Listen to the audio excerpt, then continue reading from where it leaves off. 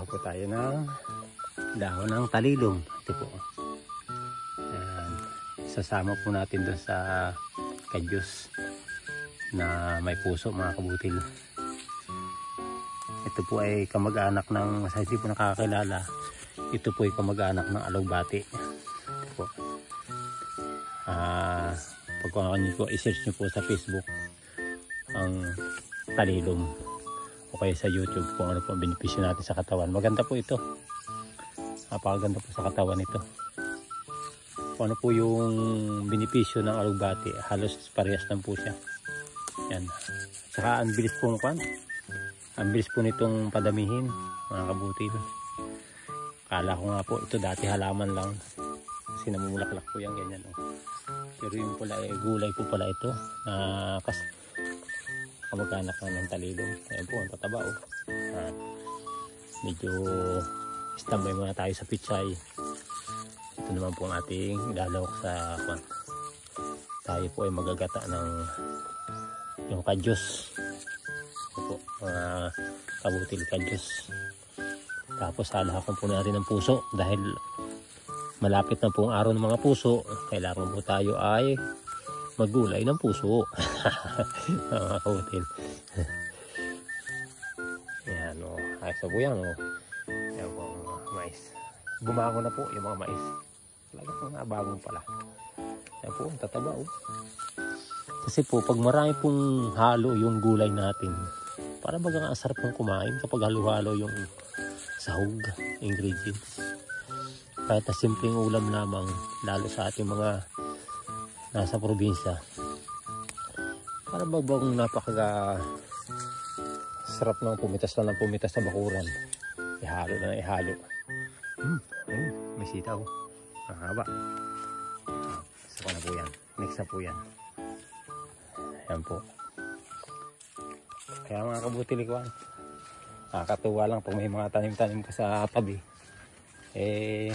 Kuwan lang po. Pitas lang po ng pitas. Kapag gusto maggulay. Kaya parang ang sarap sa pakiramdam na hindi ka nabibili. Opo. Kunting halo-halo lang ng ayan po. Kasi lang design yung saging na yun. Hinog na po. Yan. Yan yung po yung mga, ayun po yung saging kung napakahaba. Ayan. Yan. Yan po eh kahit na basta may puso. Yan. Yan po eh dire-diretso po ang bunga niyan. Yan. Yan po napakahaba niyan. Yan. At nakita ko po sa inyo dahil yan po ay utay-utay po ng hinog mula sa puno pababa. Yan. Ibig sabihin, araw-araw kayong pwedeng kumain ng saging. Ayan o, kabutil o. Halo-halo na. Ayan. Ayan. Wow! Sarap po ba yan, di ba? Bago alaw ka natin ng konting ganito. Ayan. Ayan. Di ba ba? Ang dami o. Masarap pag halo-halo. Ayan. Masarap pag halo-halo.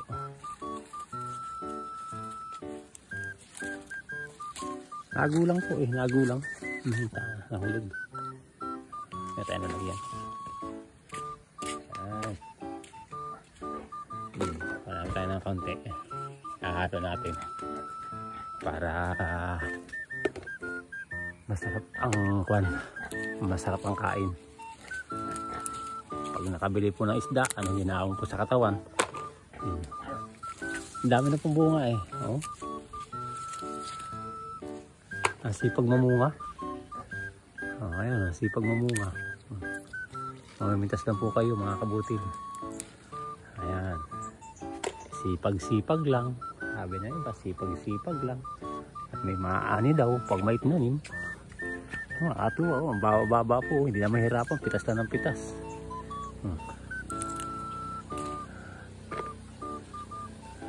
Ganyan lang po ang buhay natin sa probinsya mga kabutil. Basta masipag lang kayo. Anong ginawa? Sarap sa pakiramdam. Kumbaga parang napakasimple lang mamuhay. Ayan. Napakasimple lang mamuhay. Ang dami kong bunga eh. Kung malapit lang po kayo dito, bigyan ko din po kayo mga kabutil eh. Kaso nga lang malayo kayo eh. nasa buong mundo po tayo ay hindi ko po kayo makakagilap kung nasaan kayo. Kaya po, yan po, pipili ko na sa inyo yung aking gugulayin. Yan. Yan. Okay na po siguro to. Kasi medyo madami na. Yan. Kasi halo-halo po yan eh. O yan. Ito po ang puso. Ito ang kadyos. Wow! Ang kadyos po yan, kadyos. Hindi ko po alam kung ang tawag sa inyo sa lugar nyo. Ito po yung talilong. Yan, kamag-anak ng alubate. May nyug po tayo. At meron po tayong sigarilyas. Sigarilyas. Tawag ito. Pataw. Ayan. Ako. Muli.